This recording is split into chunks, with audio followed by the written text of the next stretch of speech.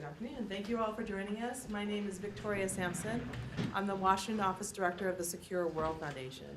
The Secure World Foundation is a private operating foundation that focuses on the long-term sustainable use of outer space.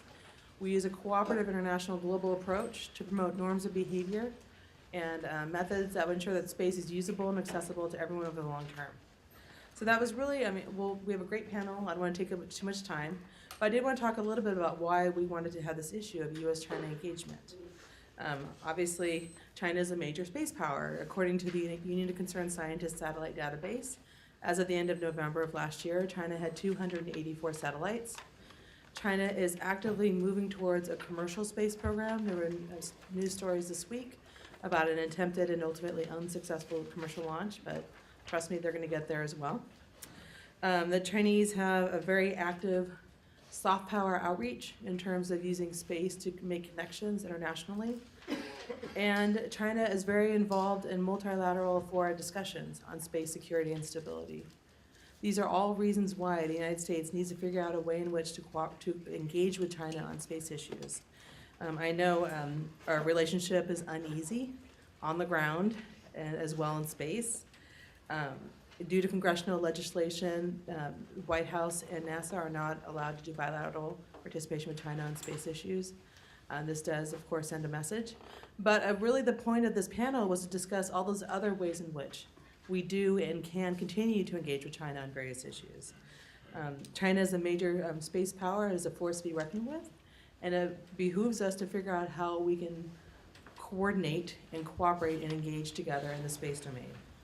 So we'll be having viewpoints on this issue from the U.S. We're going to first have a specialist talk about the Chinese perspective on space policy and cooperation, and then we're going to have a couple government folks talk about it from their agencies' perspectives, U.S. and China engagement, and then we'll have a commercial perspective looking at that, and then finally a wrap-up discussion from the NGO, my colleague Audrey. So with that, you should have a copy of the bios. I'm not going to read out anyone's bios. I'm going to start with Lincoln Hines. Lincoln, take the floor. Thank you. Hello.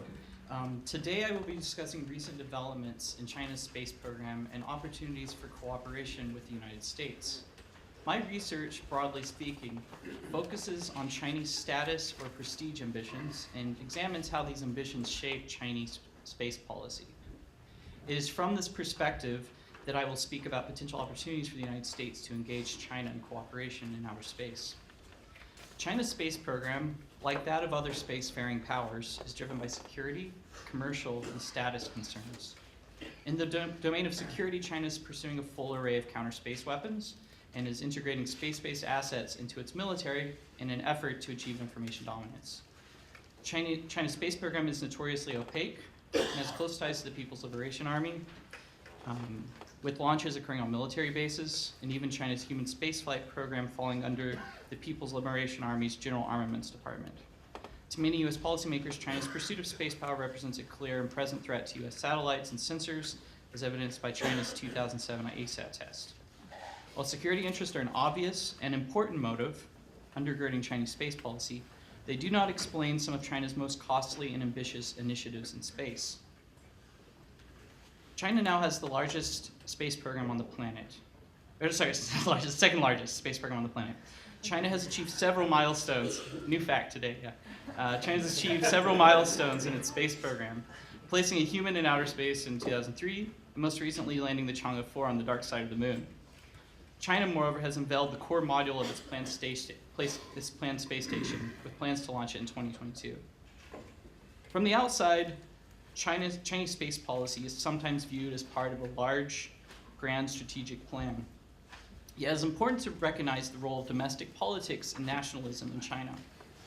While lamenting our own domestic politics, we often have the tendency to view other states as unitary, intentional, and strategic. But like all countries, Chinese domestic politics are complicated. While it is often easy to dismiss the importance of public opinion in closed states, the Chinese Communist Party cares deeply about maintaining its hold on power. It maintains an extensive apparatus for collecting and censoring public opinion. China's new social credit system and even the innovation of an app for users to study Xi Jinping thought are just a few examples illustrating the CCP's concerns over legitimacy. The Chinese Communist Party, in part, legitimizes its rule by claiming to regain respect for China, lost in what nationalist narratives describe as China's century of humiliation. This is what Xi Jinping refers to when discussing the so-called great national rejuvenation of the Chinese nation. China advertises extensively to domestic audiences that it has the dressings of a great power. China has hosted the Olympic Games, built its own infrastructure bank, launched the One Belt, One Road initiative, and now has an aircraft carrier, despite the limited strategic rationale of possessing one. Likewise, in space, China's most expensive projects are designed to attain the dressings of a great power, placing humans in space, building its own space station, and landing on the moon. Chinese leaders, like in other states, recognize the political utility of outer space for promoting national identity. As such, Chinese leaders have a keen interest in attaining recognition from the international community that China is an equal and a space power. These facts are important to keep in mind when attempting to comprehend China's policymaking and in understanding potential opportunities for cooperative engagement in space. Chinese interest in attaining recognition of its status as a great power provide a means by which the United States can engage China and shape its behavior. To Chinese leaders, the attainment of status or prestige is an invaluable political resource. Recognition of China's status as an equal in world politics is an important priority for Chinese foreign policy. We can see this rhetorically with Chinese efforts to get the United States on board with its framework of the so-called new model of major country relations, or to adopt language of, quote, win-win cooperation. One avenue by which to attain Chinese support for US priorities in outer space is to entice it with the political carrot of recognition. Engaging China bilaterally or multilaterally as an equal member of the international community, similar to the responsible stakeholder framework, provides an important source of external and informal recognition of Chinese status ambitions. Political engagement through the United Nations or bilaterally through cooperation with NASA provides an informal means of recognizing Chinese status aspirations as a space power. Bilateral cooperation, moreover, serves as an important confidence-building measure for reducing misperceptions between the United States and China. For the United States, it would also provide greater information about how Chinese space policy is actually made. Recognition, however, should not be given freely. After all, this is a political carrot for enticing cooperation. China should not be rewarded for bad behavior or violating norms in space. At the same time, however, China should also not be indiscriminately punished. Should China act responsibly, the United States should give it fair credit. Cooperation with China, however, must also be tailored to adjust to political realities. While Chinese and now US leaders have stated their interest in placing humans on the moon, the idea of the two powers cooperating bilaterally in a manner akin to US-Soviet cooperation during the Apollo-Soyuz program seems far-fetched in the context of today's bilateral relations, which is a shame. While important differences exist between China and the United States, bilateral relations are considerably better than those between the Americans and the Soviets during the Cold War. The costs of not cooperating with China are significant. The question is this: is the current situation in space sustainable? In the long term, it is unlikely to be sustainable. Should China continue to be excluded from cooperating with the United States in space, it may create its own order. In this case, I cannot help but think of the case of the Asian Infrastructure Investment Bank. The United States lobbied intensively against the creation of this bank, yet policymakers were shocked when the rest of the world did not follow suit. Consequently, the United States lost an important opportunity to shape this institution and its rules. More broadly, should the two powers not engage one another, the possibility of misperception or the creation of a security dilemma in outer space is quite possible. Owing to the dual-use nature of space capabilities, the potential of a security dilemma emerging between the United States and a rising China is intolerably high. To sum up my points, Chinese ambitions for status provide the United States an important avenue by which to engage China. Although such engagement should not be unconditional and must be tailored to today's political realities, the current situation is unsustainable. Thank you.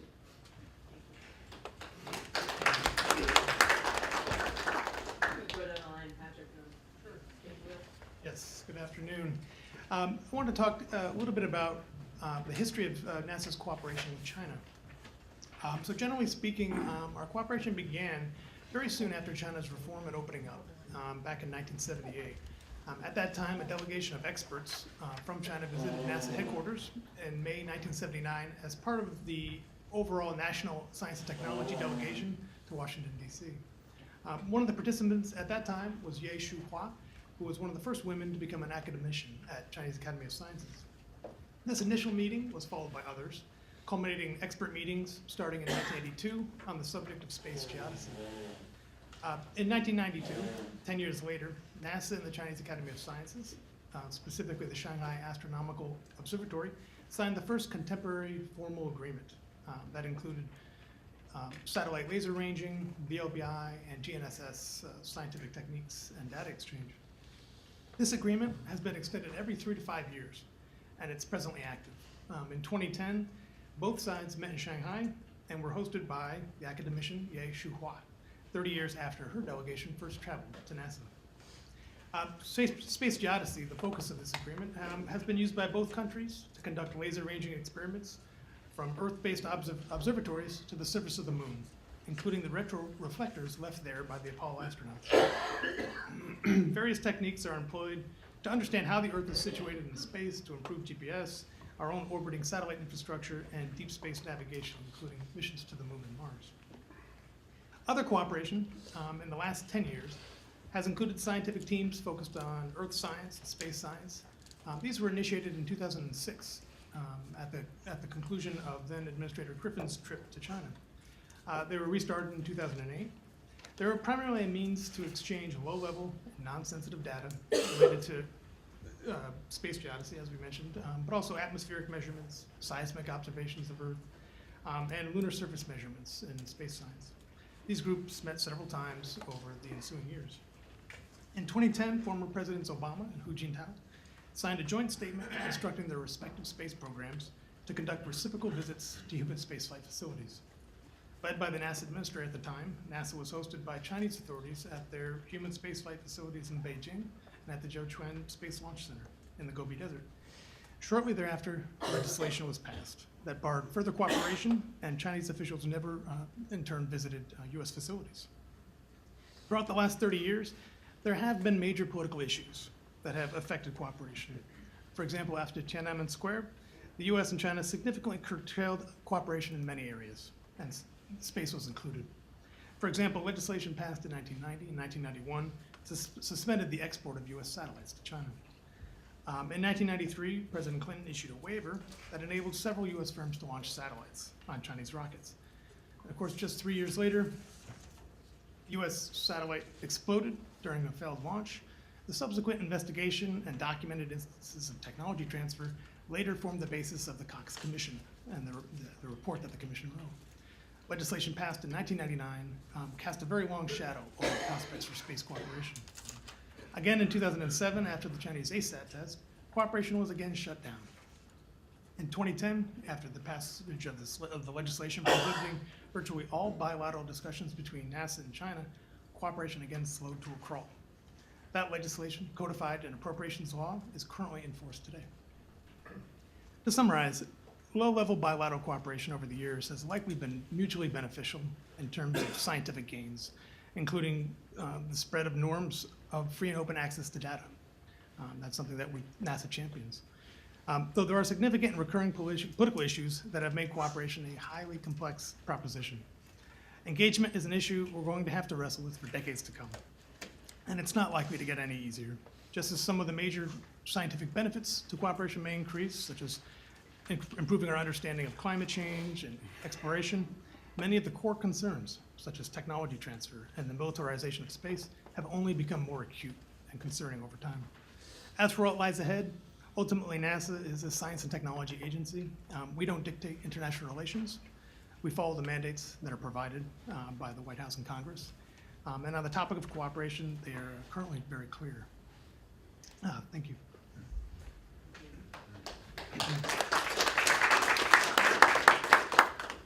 Good afternoon, everyone. My name is Audrey Schaffer, and I work in the Department of Defense. Thanks, Victoria, for inviting me to speak on the panel today. I'm really pleased to join my fellow panelists for this topic.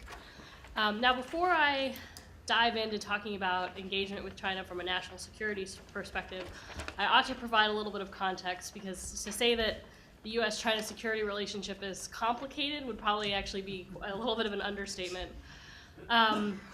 So I did just want to read a quote or two from our National Defense Strategy, which was written under Secretary Mattis and has been continued to be championed by Acting Secretary Shanahan.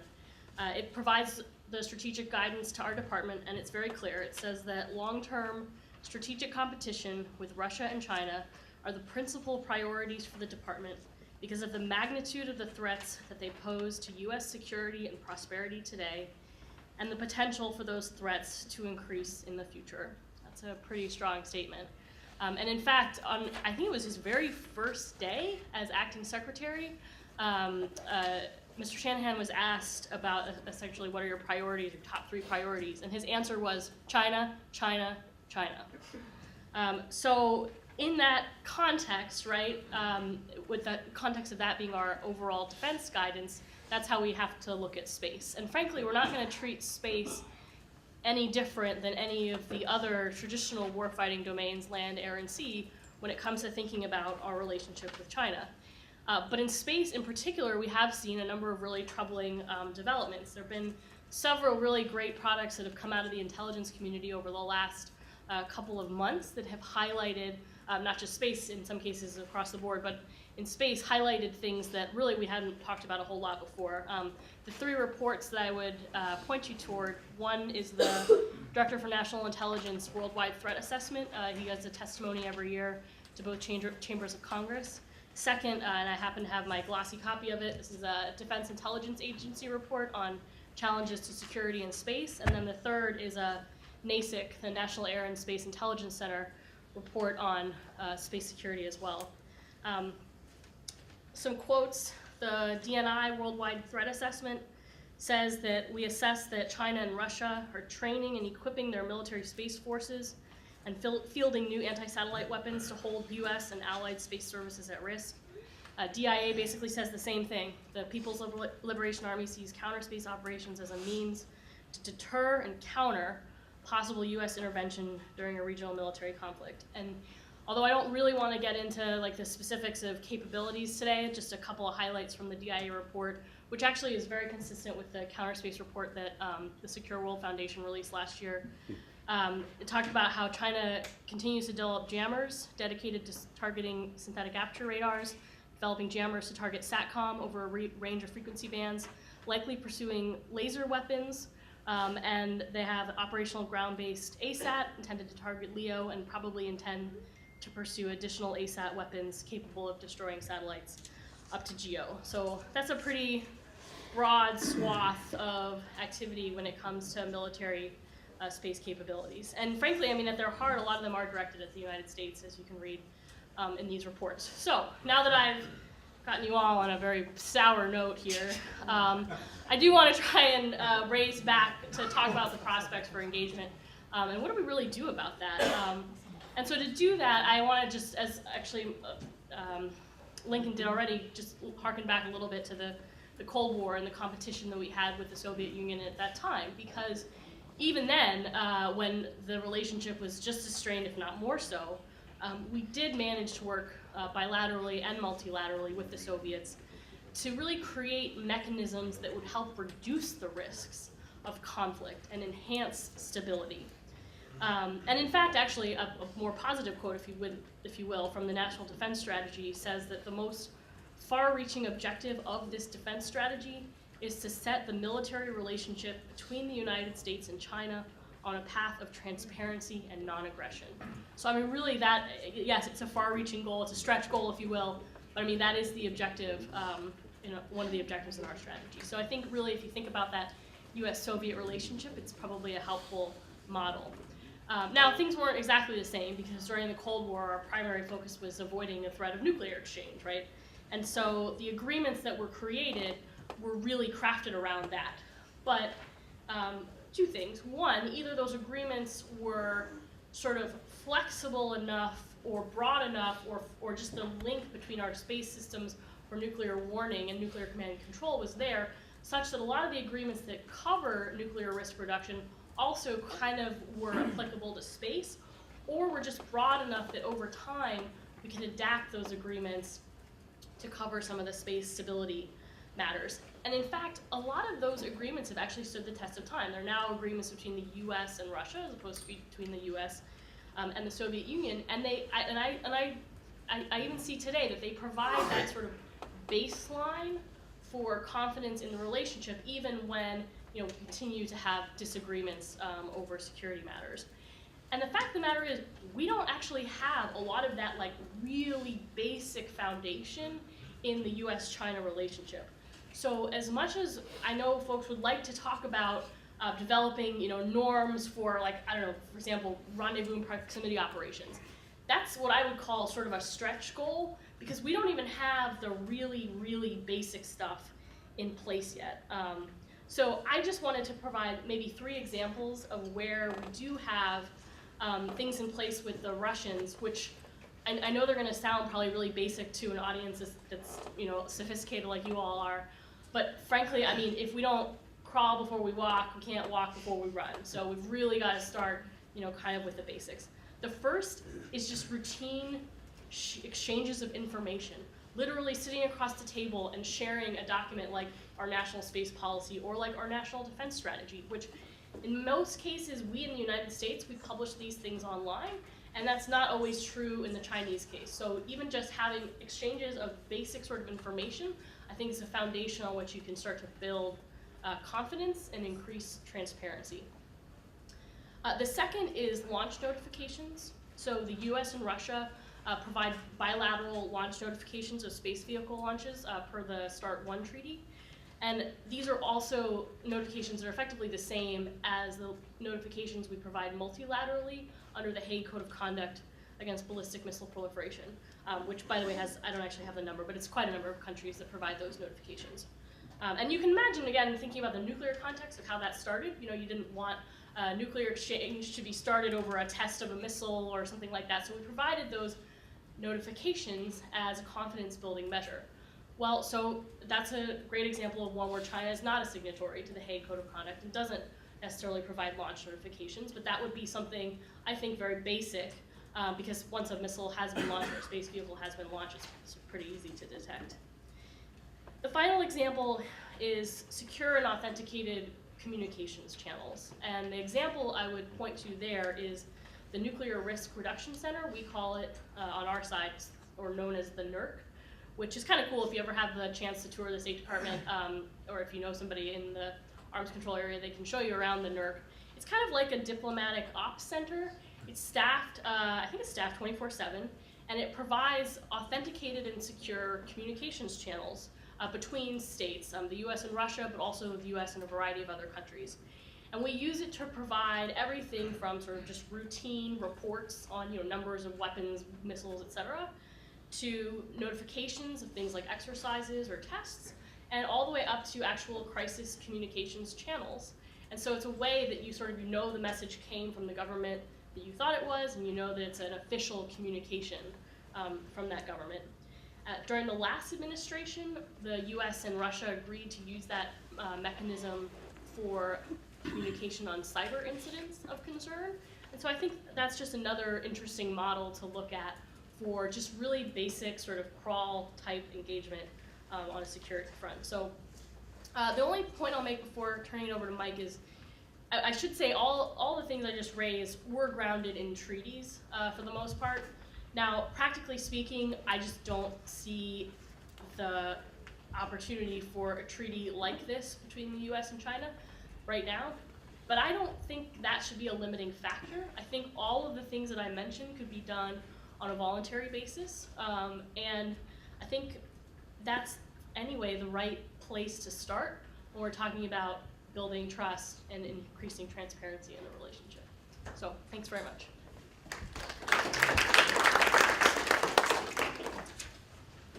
So let me first begin by thanking the Secure World Foundation. Secure World's never shied away from the tough issues, and I appreciate you tackling this one. My only caveat is I think it's well known my love of Chinese cuisine and missed opportunity for lunch, folks. Come on. Also, before I begin my comments, let me be clear that I'm wearing my hat as chair of the Commercial Space Transportation Advisory Committee, which is the federal advisory committee of the FAA Office of Commercial Space Transportation. I like my job. Private school is expensive. So Jeff and Marcia, I am not speaking in a corporate capacity today. So, we talk about China, and I think it's so different than the Soviet example that this isn't a conflict so much as it is a competition. No one was ever worried about those amazing Soviet products driving US companies out of the market. And we really need to think about this in a different and new paradigm. And frankly, I think it's one that the US system is fundamentally ill-suited to participate in, because we don't have this kind of government control and direction for the economy like China does, and frankly many other nations are developing. And it is a very serious issue, which is again why I'm glad we're getting some attention here. Going back to the ComStack and space transportation, we have seen China target industrial sectors and demand to dominate in those sectors, and have been very successful in solar arrays, etc. And from my understanding, space launch is next up, and that China will want to reduce those expenses by 5 times what even SpaceX is offering. And that's an existential threat to a critical capability for the US that I think we need to take seriously as an industry and as a company. Meantime, in the satellite world, we're already seeing the competition develop from China. That previously, the Chinese would, when they were doing a treaty or an agreement internationally, weave in a satellite sale to a country like Nigeria, we're a developing nation.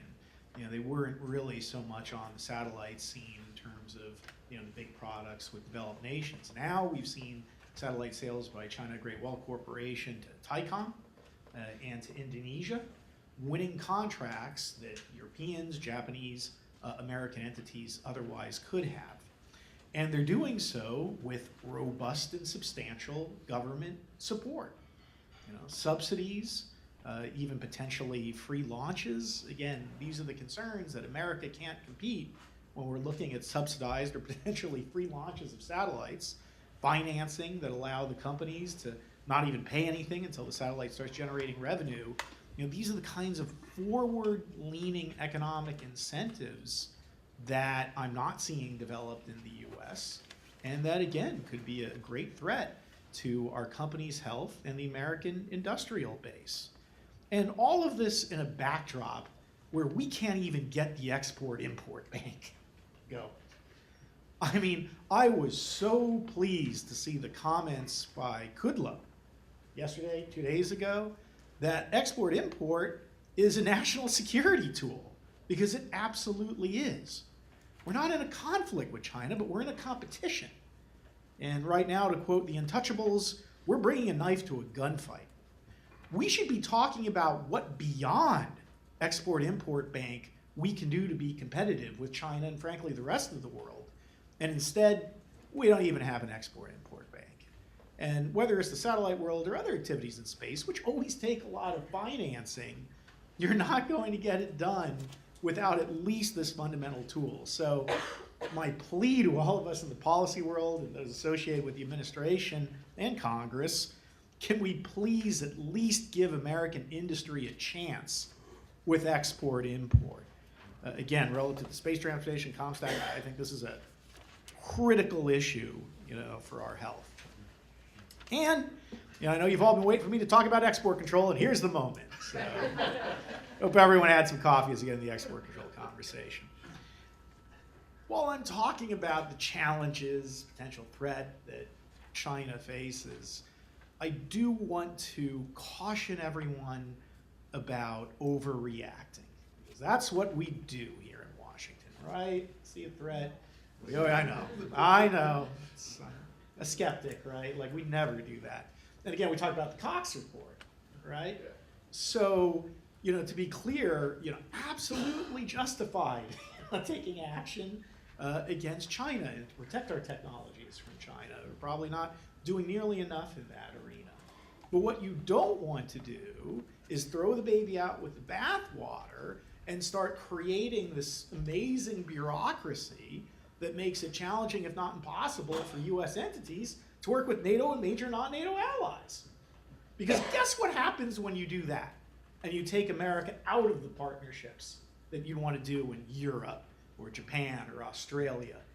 Guess who fills that void? Everybody? Come on, audience. China, right? So let's all be cautious in our zeal to protect our technology and our edge from China, that we're not doing things that are counterproductive relative to US competition with China. I think it was Norm Augustine who said, if you protect your toothbrushes the same that you protect your diamonds, you're gonna lose more diamonds than toothbrushes. So I think the solution here is higher walls around a smaller area, right? That we need to be probably more robust, when it comes to China, but free up everything else so that we can compete effectively with Chinese overseas.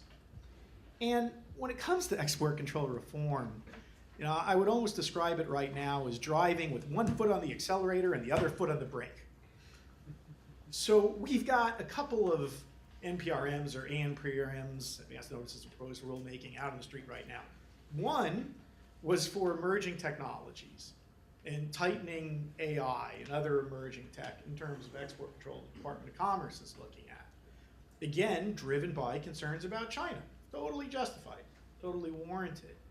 But again, what we don't want to do is start throttling American AI so that you can't talk about AI to Britain or to Japan, and then we start to become less competitive, actually helping China dominate the market. That's my fear there. So we're looking to tighten with emerging technologies. And then on the other hand, we had State and Commerce more recently put out advance notices of proposed rulemaking in terms of how can we streamline the export control process? How can we make it better? And so, one comment might be, let's be careful with your previous ANPRM relative to emerging technologies. So it's almost a bit of a Jekyll and a Hyde going on right now relative to these issues. And again, export control reform and protection against China are not at odds with each other. These two things can travel together if we just pay a little bit of attention to nuance and make sure that we bolster US's competitiveness abroad while tightening on China. We can easily walk and chew gum at the same time with that. Saying a word on the Wolf Amendment real quick as we talk about how we might engage with China. A lot of people think the Wolf Amendment is a prohibition on working with the Chinese. It's not. How many people have actually bothered to read the Wolf Amendment, right? What does it say? It says that you can work with China, but you need certification from the FBI, again, totally warranted, right? And notification to Congress. Is that a prohibition? To me, those are two common sense steps right now. So NASA can engage with China, has engaged with China, under the auspices of the Wolf Amendment. So I just want to try and puncture that myth a little bit that's out there, that there's just absolute prohibition on doing anything with China, because it's not true. And then when it comes to the commercial sector, again, we can have commodity sales to China. I think number one is soybeans that we sell to China, but also airplanes, chicken feed, and also bandwidth. Satellite community, again, Department of Defense and our industrial base said there's certain products that we can sell if it's available in the international market that helps with the trade deficit and again, helps American companies to be competitive. So we don't want to do anything to hurt that either. So I'll just end with, look, everyone knows I'm a Star Trek fan, right? So I believe in the future of going to space together, of all of us leaving our problems behind and creating a better world in space. And that means interacting and bringing China with. But while I believe in that better future, I think protection of human rights and a good faith relationship have to be a part of it as well and can't be ignored. So with that, I'll stop and look forward to Brian's comments.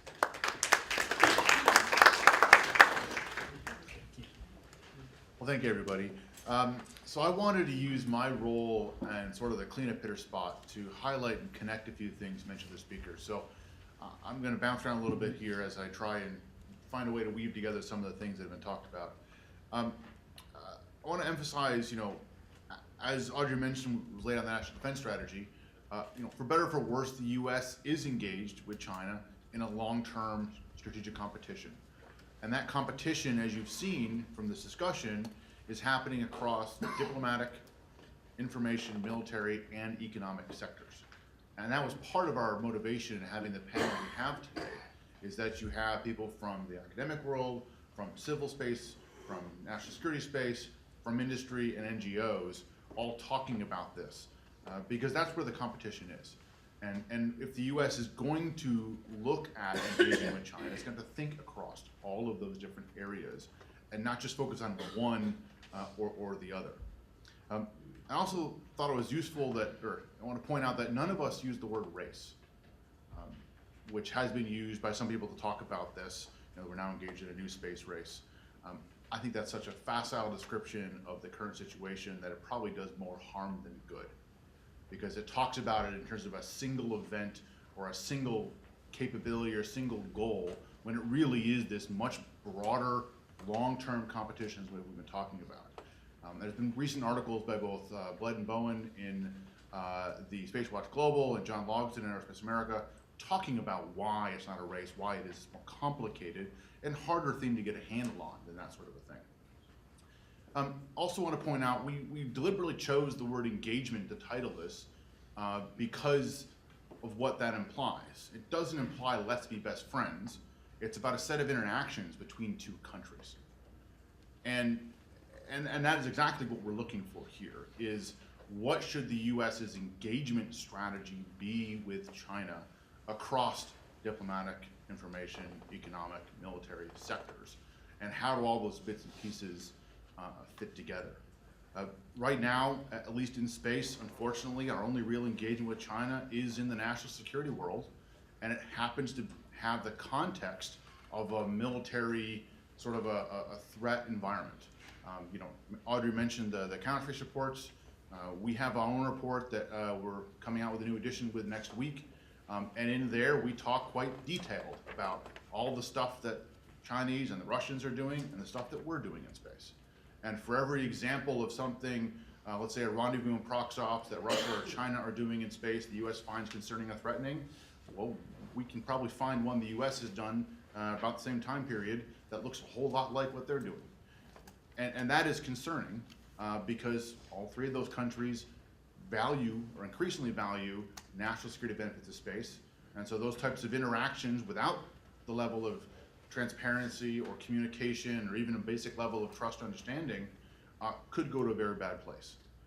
And the two big areas, one is rendezvous and proximity operations, RPOs, and the other is testing hit-to-kill technologies for anti-satellite weapons and ballistic missile defense.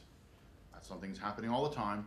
And as we saw 2 days ago in the case of India, stuff you do for hit-to-kill missile defense could easily be translated into hit-to-kill anti-satellite weapons. Those two kind of go hand in hand. So part of our concern and my concern is that a future relationship with China that is built only on these mill-to-mill interactions in space is more likely not to end up in a bad place. And by bad place, I mean a direct military conflict. And pretty much everyone sane, including the highest levels of leadership in the DoD, have said we don't want to end up in that place, that we don't want to end up in a conflict with China in space, because it'd be a really bad situation for everyone, including industry, right? A war zone is not a great place to have an investment and, you know, low insurance premiums. Well, military sales, but that's a temporary thing. So that's sort of what we're trying to get here, is what can we do in the engagement to really meet that stated goal of reducing the chances that we end up in a hostile conflict in space, or more broadly that could extend into space. So Lincoln and Audrey both mentioned the Apollo-Soyuz, and Mike talked a little bit about the Soviet relationship as well. You know, we talk about the US-Soviet space relationship because that's the only example we have, even though it's not really a great example, because the context around which today's US-China relationship is happening is so much different than it was back then. That's what today is much more complicated. What engineers would call a multivariate problem, what diplomats probably call reality, right? We have to think not just in this bipolar, you know, capitalism versus communism kind of struggle for dominance, but across all these different sectors of activities. And there's more players. You know, as we saw with again, back to the India ASAT test, you know, that was prompted in large part because of what China did 12 years ago. not really anything to do with the U.S. directly, but there's other players in the game that we have to think about in this relationship. It's not just thinking about the U.S. And China. So I want to touch on what Audrey mentioned a little bit about kind of norms of behavior in space. Very much agree that that there's some low-level stuff that needs to happen first. But I don't think we should then, that means put off thinking about or even talking about the more difficult things, the minimal interactions, the norms around those, because it's already happening. I said, U.S. and Chinese satellites are interacting with each other in space, and so we can't just hold off until we spend several years figuring out the lower level stuff. We kind of got to do it at the same time. We have been able to do this with other countries, other places and times. I think back, we just, as part of the Syria conflict, we set up a series of, norms of behavior, rules of engagement with the Russians that, we were engaged in an active war zone with them on the other side, and we managed to have those discussions. I think we should probably manage to have those discussions with China. We're not engaged in an active conflict. So talking more about what kind of the engagement might look like. I wrote an article that the Stimson Center published several years ago, kind of just thinking through what engagement might look like. And I'm going to recap a little bit of it here, but I'm happy to provide that anyone who wants more of the details. There was also a really good report done by CRS 6 or 7 years ago, kind of outlining different categories of engagement. I cribbed some of it from there. But there's information and data sharing, there's space policy dialogue, and there's joint activities. And each of those three categories is useful in different areas. The information data sharing is good to establish common operating picture and sets of facts. The space policy dialogue, as Audrey mentioned, helps understand each other's views, concerns, and intentions, reduce miscommunication, misunderstanding. And the joint activities are there to achieve objectives that neither could achieve individually, or to develop experience in working together. All this stuff could be done top-down, or it could be done bottom-up. The top-down is going to require a lot more buy-in and interest from top political leaders, which could be hard to do. Bottom-up can be easier to do, but probably not on the really big, politically charged topics. That probably requires the top-down sort of things. To quote a former professor of mine, we should probably be cooperating as part of a broader strategy of engagement, not just cooperating for the sake of cooperating. And a one-off approach says, hey, let's go do this cooperation in this area or this engagement in this area, probably unlikely to succeed or really have any real benefits outside of that little piece of it. The U.S. is going to have to put together a strategy on how it's going to engage with China in space and why across diplomatic, military, information, and economic industry. And it's going to have to think about industry, it's going to have to think about the military, and everything else. So I just want to close by touching on two things that Mike mentioned. One is the export controls piece. For a while it seemed like there was some sanity coming to that world, and the recognition that the Cox Commission report and the whole ITAR, space and ITAR push actually did far more harm to American industry than it did to protecting it, and kind of rolling that back. But now there seems to be beginnings of maybe a counterforce that is almost saying we need to put more in place. There's been some recent articles, I think it was the Wall Street Journal, kind of talking about U.S. commercial satellite companies and spectrum sales to companies being involved with China, and they're pitching it as some sort of like really sensitive military technology. It's a commodity. It's a commercial technology that is pretty freely available in the market, and it's hard to see how that has a real deep connection to the military or to some sensitive technology. I'll point out that even the Trump administration, which has had some challenges with China, does want to encourage U.S. companies to sell commodities and increase trade with China, right? So there is that intention to be able to do that because it boosts the American economy.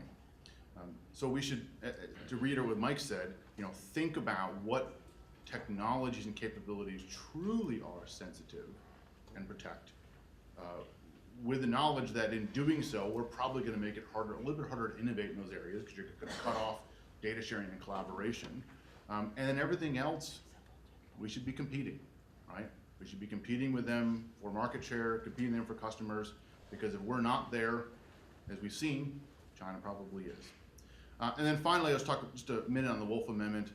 Absolutely agreed, the Wolf Amendment does not prohibit it, but the effect of it has been to prohibit it. I think that's partly because, you know, any country or child, for those of you who are parents, who's told you have to come ask permission first, that sort of has a deadening effect on it. Nobody wants to ask for permission, particularly U.S. government, where the executive branch sees itself as a separate actor, independent, and, you know, on equal status with Congress. That has a challenge, and the rhetoric from, at least in the last decade or so, from many in Congress on this has been extremely critical of any U.S. agencies that have tried to do engagement. So I think that, combined with needing to ask permission, has had the stifling effect. I do think, while I probably think it's a bridge too far to completely get rid of the Wolf Amendment, and as Mike said, there's probably real reasons to have some limits in place, it's probably time to think about how to relax it, or at least prescribe areas where we might want to think about having cooperation with China in space. That could lead to benefits for this whole engagement process. And I'll stop there.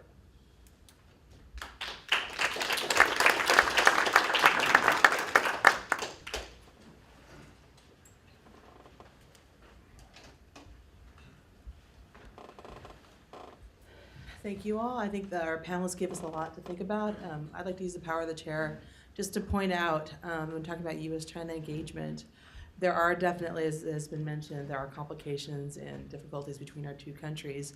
That does not mean we do not share common principles at a certain level in terms of what a responsible space actor does. Just highlighting that both of our countries are a member of the IADC for the debris mitigation guidelines that were agreed upon.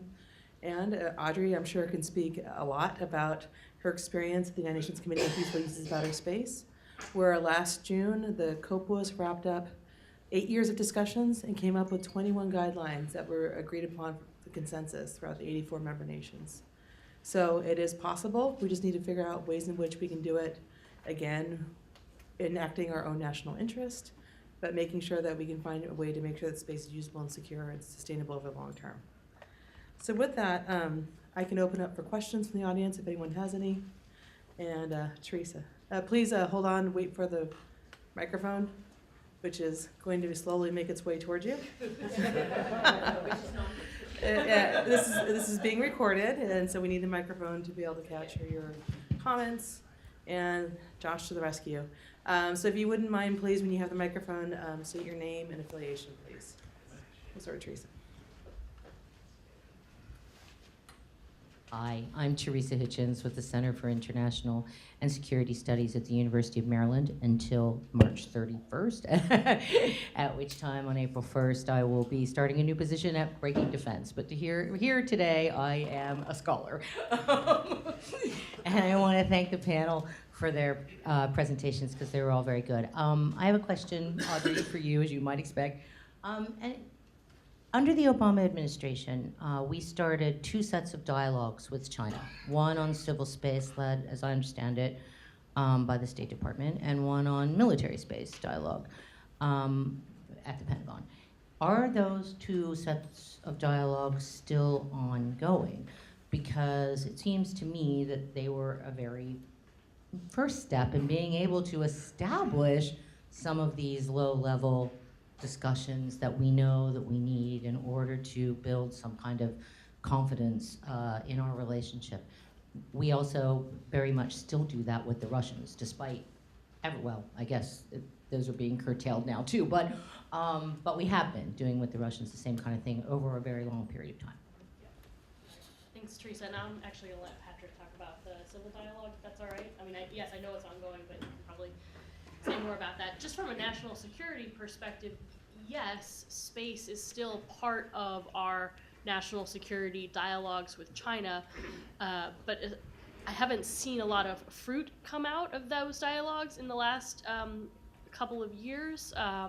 And so I mean, I don't really have a great answer for you, Teresa. I mean, yes, it's still on the agenda. Yes, it is still something that we want to talk about. But from my perspective, there hasn't really been a meaningful engagement on space security in the last couple of years.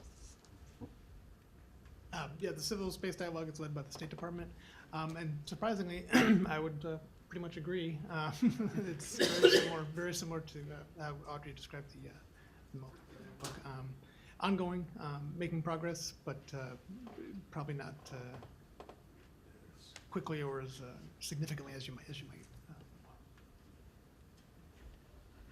Thoughts on the panel about what you recommend they would take up in these discussions, if you were able to give input on this?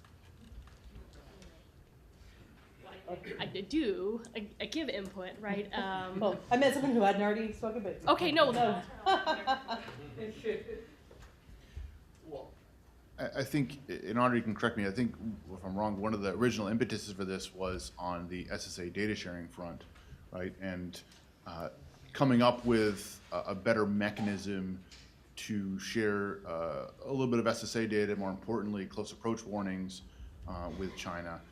From what I hear, that has gone fairly well, and there's now a better process for that in the past. But given that we're talking about what countries are doing in space and all these new military activities and commercial stuff and large constellations, I mean, I would think that would probably be an area that we could think about expanding or doing more on, because having that shared awareness about what's going on is probably a pretty big part of the transparency. Respect for intellectual property would be nice. And also, we talk about the COPUOS.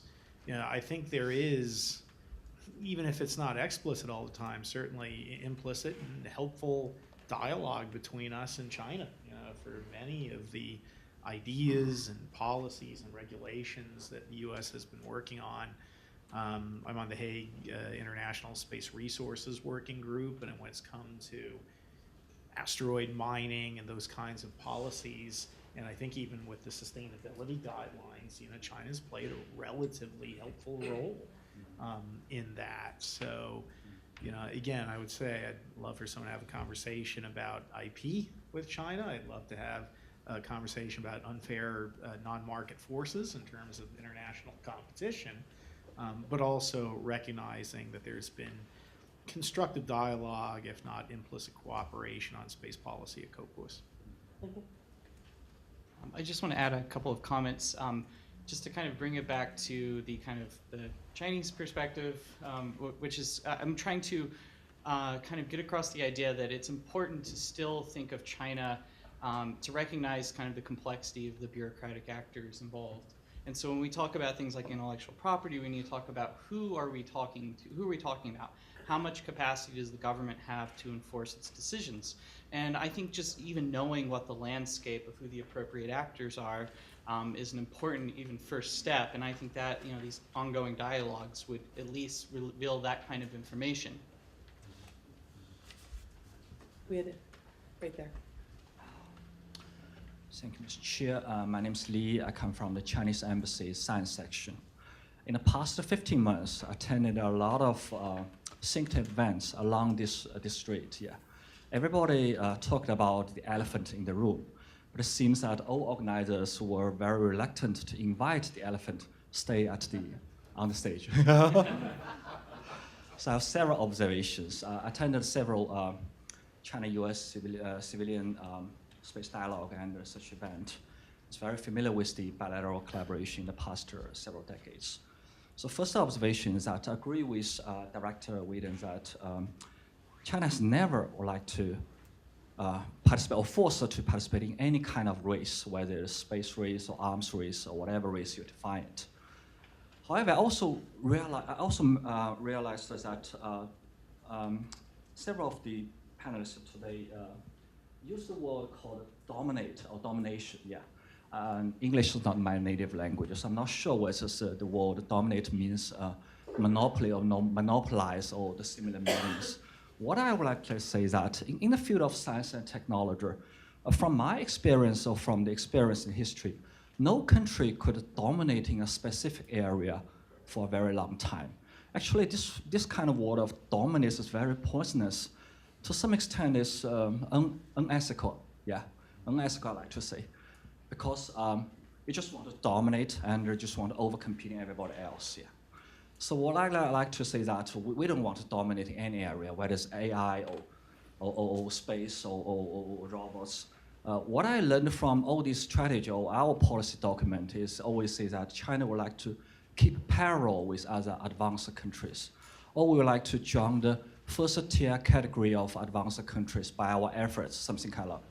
But what I learned from White House papers or the papers from, say, DOD, you use the word dominate. It's not China want to use the word dominate. That's what I like to clarify. And about the Wolf Amendment or Wolf Clause, yeah. Mr. Gold, don't you find some self-contradiction in your comments just now? You mentioned the pouring bureaucracy about export control regime in the United States. And you said that that Congress approval, FBI approval is kind of a prerequisite for NASA to initiate some dialogue or exchange with Chinese side. In my opinion, this just added the administrative burden to the NASA or OSTP. It has nothing to do with us. We are okay. Because every time NASA or OSTP just ask us to provide some delegate list, it just adds their administrative burden, not ours. Yeah. And actually, I wonder whether the Congress maybe not trust China, but I'm not sure whether Congress also has confidence in your own administrative agencies, because they ask these, because they ask NASA or OSTP to report to them before they could contact us, which means, in my understanding, that they don't trust your administrative agencies. It's not Chinese side. All right, a No, couple of sir, very interesting I'm questions. a- Thank you. Hang on. I'm a lawyer and a lobbyist. Hypocrisy is my business. I'm not a goddamn lawyer. Makes one of us. So just two more observations. The first one is that you mentioned the UN COPIOS, yeah? Well, just last year, the Chinese side made a statement, says that in the future, the new Chinese space station will open to international collaboration with foreign countries. So we welcome you to send some proposals with the Chinese side about any future potential collaboration, whether it's manned space flight or the scientific experiment in the new Chinese space station in the future. The second issue is about the commerce space market. Yeah, I just learned from my Chinese colleagues at the China National Space Agency. We open our commercial launching business in China, not only to domestic private enterprises, but also to foreign companies. You can now provide a launching service or the satellite in China, manufacture whole-owned foreign companies in China. There's no obstacle, yeah. And last but not least, I'd like to say a few words about the visa issue. We know that later this year, the United States will host International Astronomical Congress, IAC, yeah, in the United States. In the past 2 decades, many Chinese delegations faced this dilemma that we could not get the visa from the State Department. Actually, when you just say some words to the visa office at the US Embassy in China, you will certainly face the, denial, yeah. It's a very interesting, funny story I'd like to share with you, because I don't think that any guy from State Department will be here, yeah. One of my colleagues, his academic background in university is remote sensing, yeah. So when the visa office at the US Embassy in China asked what it means for remote sensing, yeah, explained very excitedly, the science background guys always like to explain what he learned or what he's doing. He said remote sensing is use satellite or airplane, use visible obstacle instrument or the infrared something to see what happened on the Earth. And it got denied very quickly. Yeah. So these visa guys may not understand that remote sensing is not for espionage. It could be used for city planning, urban planning, for estimation of agricultural products, or for other many civilian uses. So I would like to see whether the United States will continue to adopt this, I would like to say, ridiculous visa policy to turn down all these Chinese scientists who would like to attend international events. And thank you very much. Thank you, Mr. Lee. We'll have to get your card and have you come back and speak another time on the dais. All right, so a lot of stuff unpacking there. I guess we're going to start with Brian and go down the row. I'll take 2 of those. I'll take the dominance and the visa stuff. I agree with you that words do matter, and I think there has been too careless use of words like dominance when it comes to some space policy or some recent activities. Wholeheartedly agree. It's not probably not possible to stay on top for very long, or even to have such a major advantage that you're never going to be touched again unless a perfect set of conditions happens, which may have happened after World War II for a little bit of time. But that is very not ideal at all. The military, as all militaries do, sometimes talk about the word dominance in a more limited sense, such that dominance over a certain battlefield, a certain point, a certain time, which I think is very appropriate. But it's expanding that to talk about complete dominance over an entire domain for an extended period is probably as much of a unicorn as anything else that the hippies would want to put out there. I just add to say that the other word I have to be careful about is the word leadership. Sometimes people use the word leadership when they really mean dominance, and leadership should be used in a different context. If you talk about leadership of a quarterback on a football team or something along those lines, it's not about that person dominating or that individual dominating everybody else they work with. It's about them actually helping the group work better together. Right? And so I just want to make that point to be covered with language. On the visas thing, I agree with you. It is a huge challenge. Even we as an NGO, we often try to have workshops and discussions and involve individuals from Russia and from China in those discussions. It's exceedingly difficult to do so if you're located here in the US. There's been times where we've had to move stuff outside the US to be able to have a discussion that had any sort of participation outside of the NATO countries and Japan. And that really makes it difficult to have engagement that can address some of the challenges we've listened to today. So I don't know anybody at the visa office that can solve this, but I agree that it is a big concern. Other thoughts? So I would echo all of Brian's comments, except as a Patriots fan, Tom Brady does seek to dominate. I don't think there's any question there. I guess I'll take on the Wolf Amendment. Again, what I'm trying to point out with the Wolf Amendment is I hear far too often it's just a prohibition. And frankly, as a lawyer, you see this all the time with policymakers, many of whom are lawyers. They don't bother to read the actual rule. And we just all operate on perception and innuendo, and that this is a prohibition. What I was trying to do with my comments is point out it indeed is not, and that there is the possibility of working with China productively on science with NASA. And I'd have to go back, but I think it's even been done under the auspices of the Wolf Amendment. That being said, I also have children, and don't disagree with Brian that when you have to go to mom for permission, there is a chilling effect that occurs there.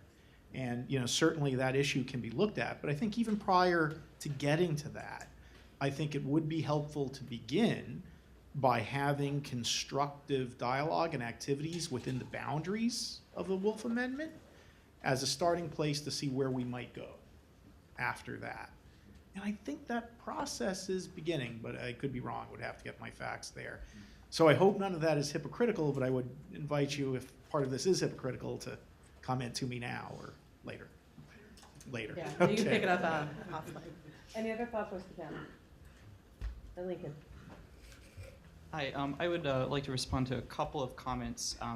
So I also agree that words and language really matter, and we have to be careful with the types of language we use. And even for instance, in my own comments when I was trying to emphasize the state of U.S.-China relations and characterize them as much better and more complicated than in the past, you're still even talking about the same rhetorical framework of a Cold War paradigm, which I don't believe exists.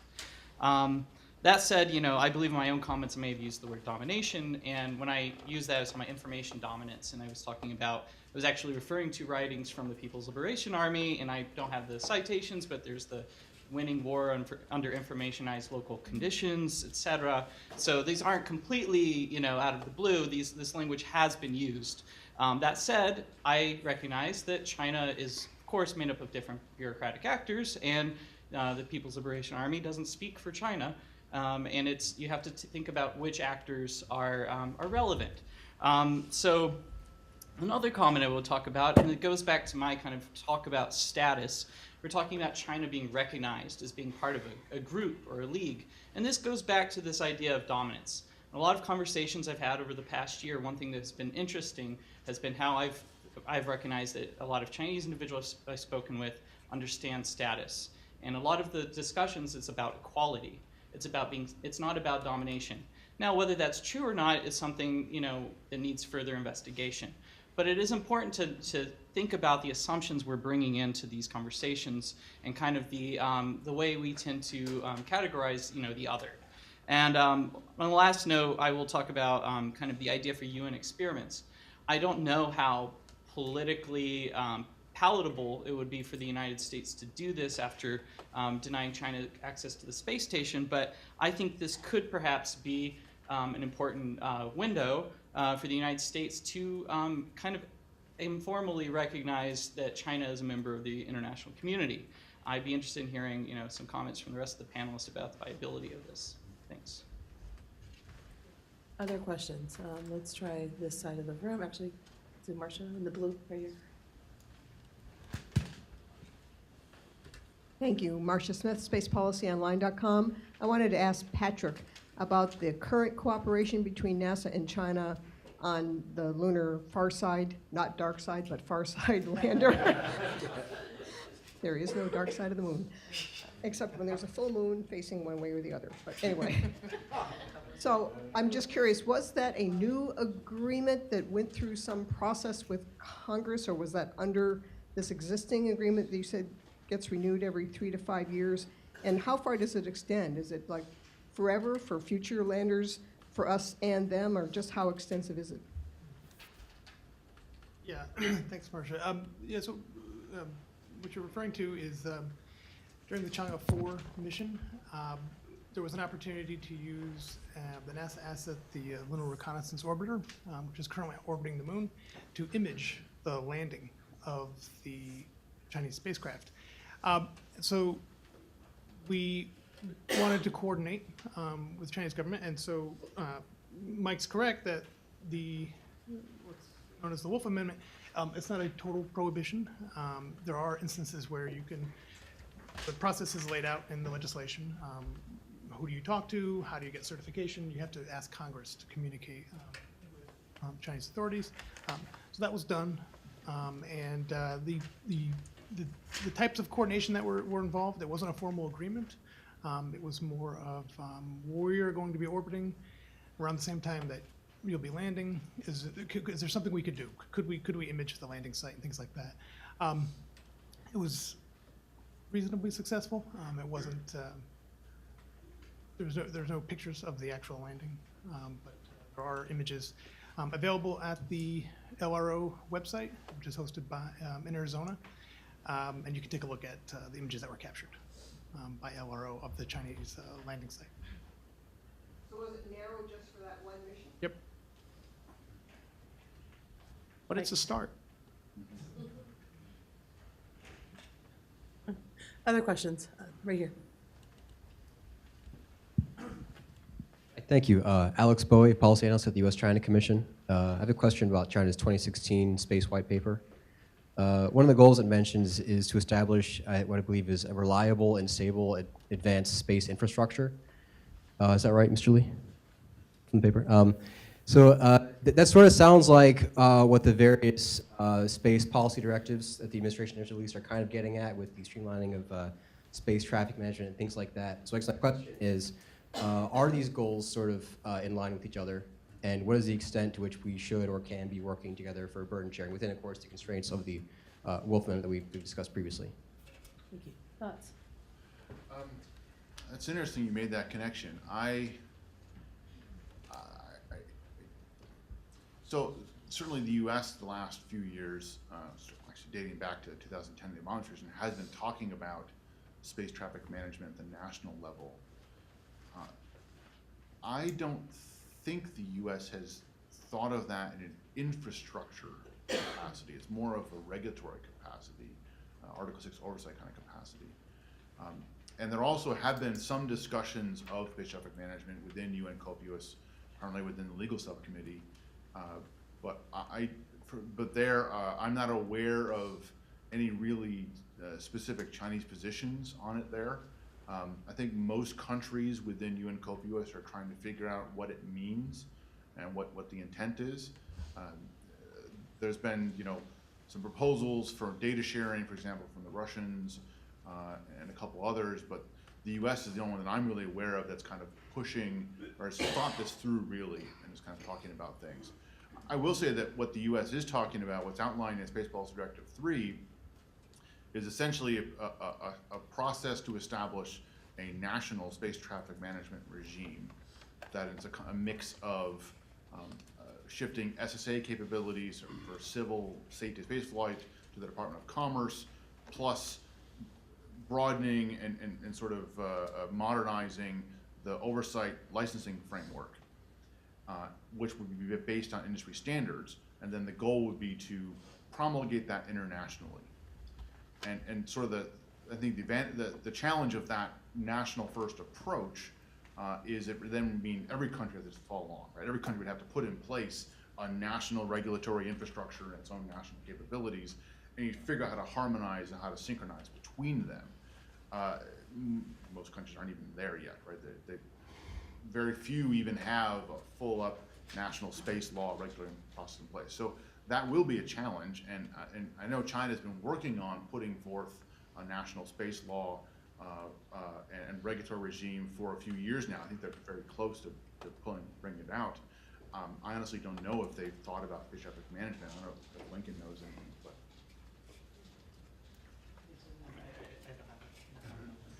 I'll add something. I don't know if this is really getting after your question, but just to kind of build on what Brian said, and I think, Victoria, you brought up multilateral engagement in some of your remarks when you opened up the panel for questions. And, that's something that none of us really on the panel talked about. But the fact of the matter is there is quite a bit of multilateral or engagement between the U.S. and China within a multilateral context is really the right way to say it.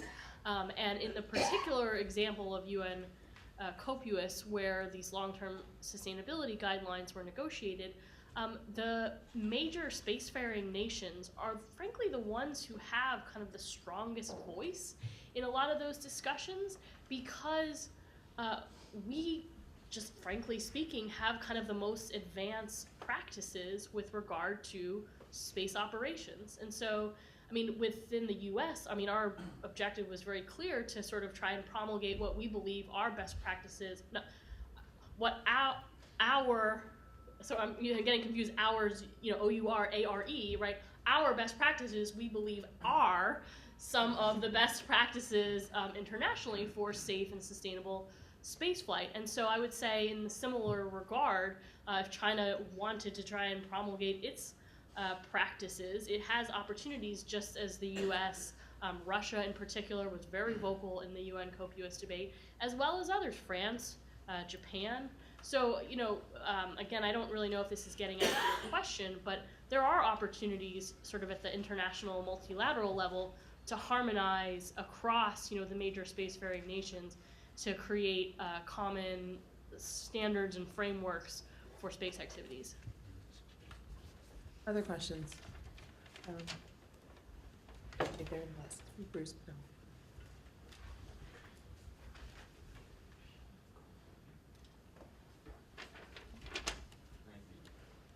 Hi, I'm Bruce McDonald. I'm a space consultant, adjunct at Johns Hopkins SAIS, and worked on space issues for quite a while in my federal career. First, a comment that's been made earlier about trying to control technologies that are becoming quite common. Who here remembers the old V chip and keeping that? And sometimes people learn something early on and they don't give up what they've learned. And I'm all one for really sensitive technologies. Of course, we have to be careful, but when it's released to the larger world, or the larger world has passed it by, all it does is cripple our capabilities. So that's my comment. My question is that the Indian ASAT test 2 days ago was very timely and a very significant event. I'm glad to see it get the attention that it deserves, but it highlights for me a couple of areas where in over the course of my career, have seen this ongoing hostility in the space world, at least in the military space world, of restrictions. And I think that, and that concerns me. I was one who thought certainly like a code of conduct is something that would not be that difficult to agree upon. And yet it's amazing the resistance within the US government circles about that. It was seen as sort of covert arms control and that sort of thing. And yet these issues are going to be with us. I always thought that the European Code of Conduct, really, what it was, Europe is the space leader? No, it was the United States, but Europe picked up the baton because the United States fumbled it, basically.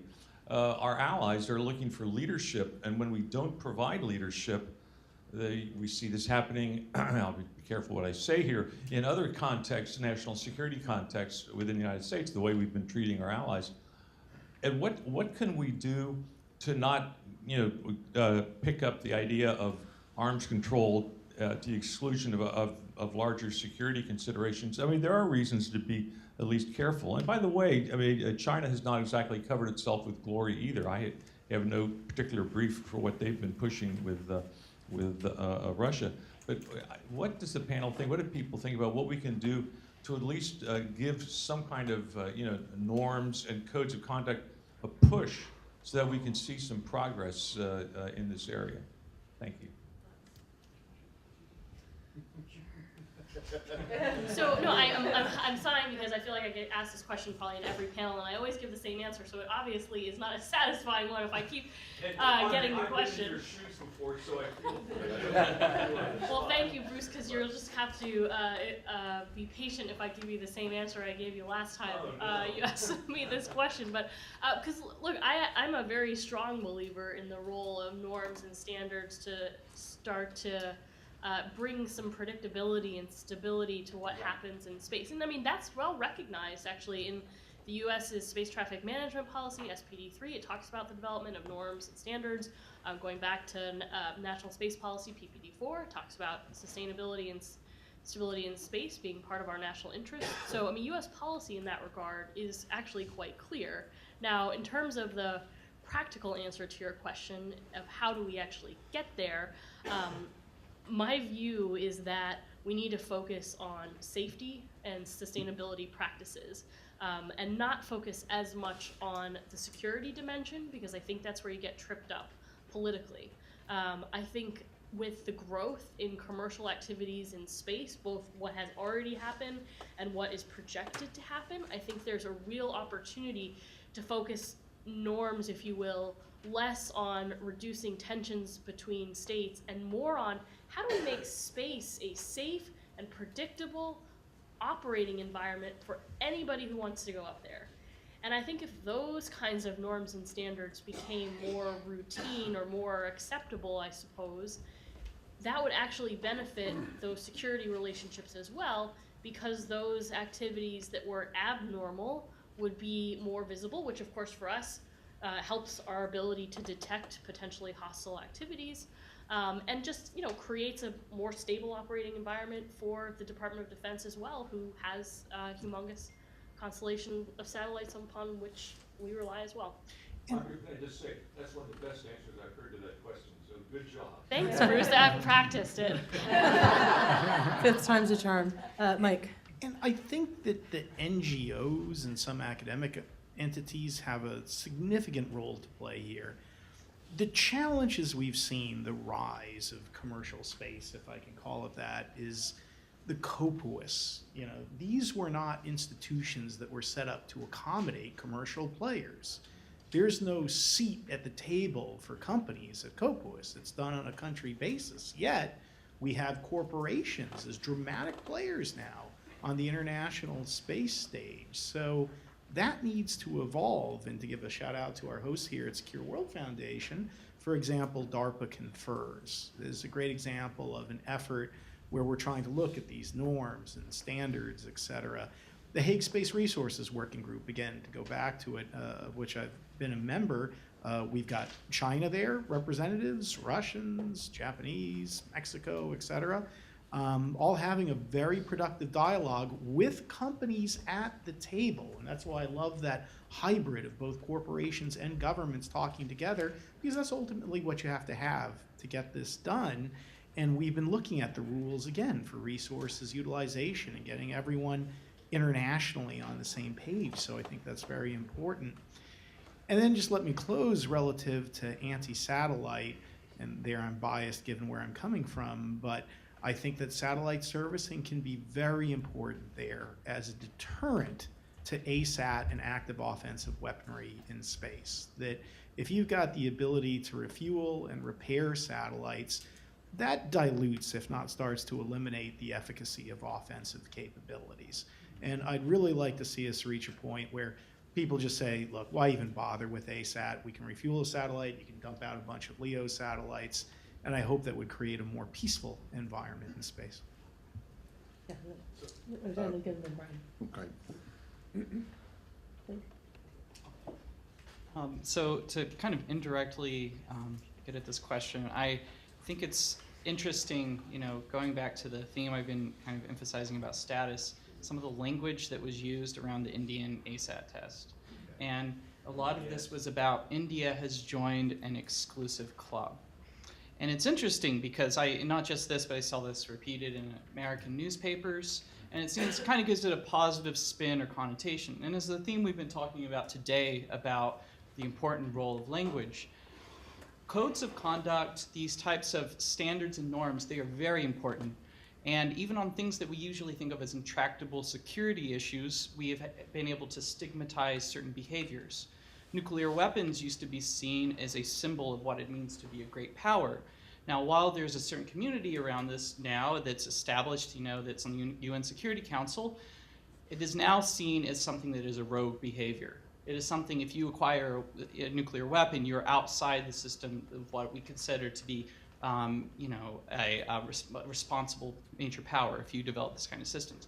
Landmines, the banning of landmines, something that is in the intrinsic interest of a security-seeking state to have this, we have a ban on landmines. And it was interesting, for this latter case, a lot of these dialogues were led by NGOs and activists and scholars. So it's interesting, perhaps for some of these more politically intractable questions, something like Track 2 diplomacy or Track 1.5 dialogue, maybe that would be a starting point to start these types of discussions. So that's just a thought on this. So yeah, I wholeheartedly agree with Audrey on the need to focus on safety of space flight and working out those rules like a predictable environment. And to tie what Mike said, as this commercial satellite servicing, rendezvous and proxy ops industry grows, there's going to be a need for ways to discriminate between that commercial activity and the use of some of those same technologies for military stuff, right? And how do we make that distinction between the two? Because we don't want to stifle the commercial stuff. We also want to, keep tabs on the stuff that may actually be a potential threat. But I don't think we can just focus on those and ignore the military piece, right? If a commercial satellite runs into a commercial satellite, that is probably not going to possibly trigger a nuclear exchange, right? Or not going to trigger a wider conflict on Earth. That is the risk that comes out of the military engagements. And like I said, they already are going on in space. People are testing stuff, people are doing close approaches for probably intelligence purposes, but the motivations and the intent are probably not always clear, and that can lead to a very dangerous situation. And as far as the norms of behavior, it was interesting in the wake of the Indian and satellite test, there were several commercial companies that have come out with some pretty strong statements condemning it as that's not the kind of thing that we should be doing. I have not seen anything from governments doing the same thing. So that, I think that speaks to, perhaps the emerging power of the commercial sector as a player in influencing behaviors in space. Because right now it appears the norm is it's okay to test that as long as you try to minimize space debris. I don't think that's a norm we want to have, but that appears to be what the norm is. All right, and then just to, again, use the power of the chair to jump in here. I don't think there's going to be one way in which you establish norms, right? There's going to be a whole different types of approaches, commercial NGO, academic. But again, as maybe the secure world perspective, don't forget multilateral.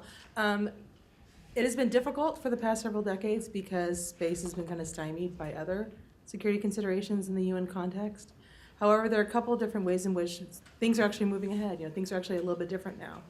You have the UN Disarmament Commission bringing up space security as part of its 2-year mandate from 2018 to 2020. You have the CD just had a working group discuss space security. And going on currently right now in Geneva is a group of governmental experts, which is a very UN thing, 25 countries, the United States, Russia, China, India, and others, talking about how to prevent an arms race in outer space for space security. They're finishing up probably right about now. It's about dinner time in Geneva. They're done, yeah. Perhaps in more than one way. However, having said that, I mean, the goal of a GG is to have a consensus-driven document. But in my opinion, the more chances you get to get together and talk about these issues and increase transparency, at least in terms of intentions and ideas and approaches to space security, I think that could only be a good thing and a helpful thing. Whether or not we get a document out of that, we will see. Fingers crossed. There's not one. No. I figured that was my prediction. But I still feel that it was not time, I think it was time well spent as well. Other questions? I think we had one in the back. My name is Roger Cochetti. I work with private equity in the technology sector. And one of the striking things about the panel's discussion, and any panel one goes to on this topic, is a pretty much unanimous agreement that there is no possibility of the law being changed or the basic underlying policy being changed. And I find that striking, and each year I keep waiting for somebody to say, no, this may change, but it doesn't happen. I've sort of 3 quick questions in that context. One is, has anyone ever seen polling data on this topic? In other words, it strikes me that if you were to ask the American public, do you think the United States and China should cooperate in exploring outer space? The answer would be 99% yes, or something like that. Secondly, is there any other country that complies with the U.S. approach or takes the U.S. policy? And thirdly, have there been any, I'm not sure the term is unintended consequences, but counterproductive consequences of this policy? For instance, I heard one time that this has caused China to cooperate more with other countries in its space program, such as Israel or Japan or Korea or whatever, which was not only unintended, but is counterproductive to the overall policy. So any polling data, any other countries that do this, and any counterproductive consequences? Thank you. So I'll start on that. I think it absolutely is possible to change the Wolf Amendment, and I think it should be changed. I don't think we can, the politics of it, I don't think we can go just get rid of it, but certainly we're looking to relax it or positively prescribe some areas in which NASA could engage in cooperation with China without having to ask permission, and maybe a few others where they do have to ask permission. I think it's important to think about the politics of how it came about. Right? It came about because of one highly motivated individual who was in a position to do it, and the way that our Congress and most politics work, you know, the highly motivated people on a certain topic can probably outlast the others who just say, fine, just kind of go along with it. By that measure, if there was 1 or 2 highly motivated people in a position to do something about it now, they can probably get it changed, or at least get, like I said, get it relaxed or clarified what is possible. I think that's totally within the realm of the possibility. Whether or not the public cares about it, I don't know. I'm a skeptic when it comes to the value of public opinion and motivating space policy change.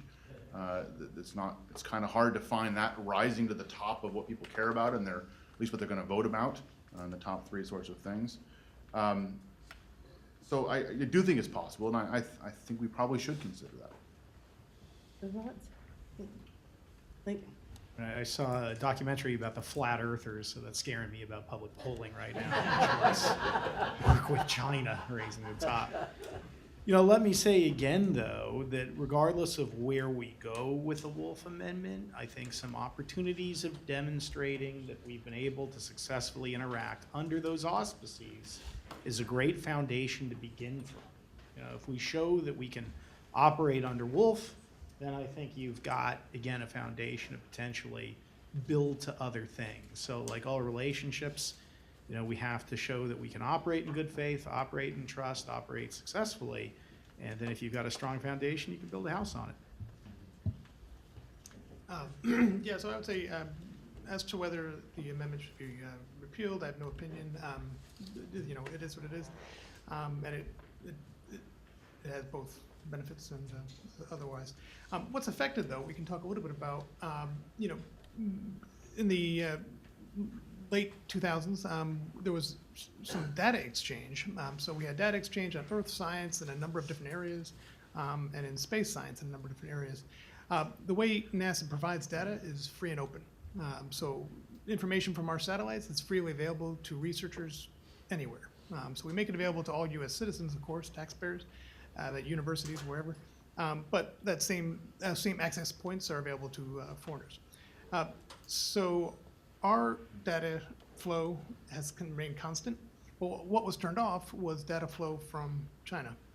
And so China, this is an important norm in the scientific community, free and open access to data. We've tried to encourage this with all countries, all of our partners. And, you know, different folks have adopted it at varying levels. But if their data is not being made freely and publicly available, it affects our ability to do scientific work. It affects kind of the global scientific commons because they don't have the data that they could have. That's one effect. Patrick, can I ask a quick question? Sure. Was the far side of the moon work, was that the first time that anything had been done under the Wolf Amendment before, or were there other examples? Yeah, no, you know, there are some low-level discussions. It was not the first example.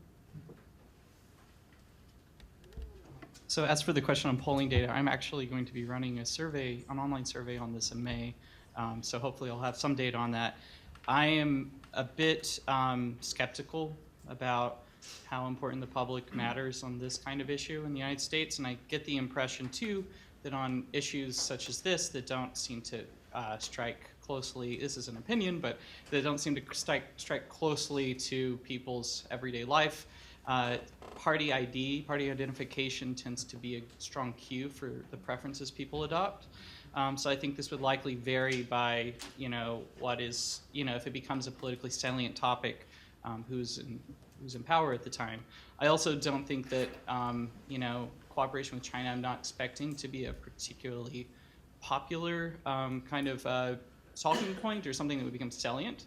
But that said, you know, I think it's completely open. We can make our own laws, and it's completely possible that we could change this. But in the current political environment, it doesn't look very good.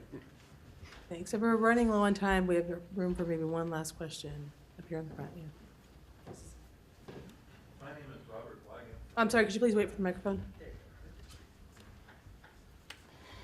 My name is Robert Weeden from Kalis Partners, which is a investment and financing company for space activities. What encouragement or discouragement should be given to U.S. companies who want to participate in China space activities? Maybe stump the panel. Any thoughts?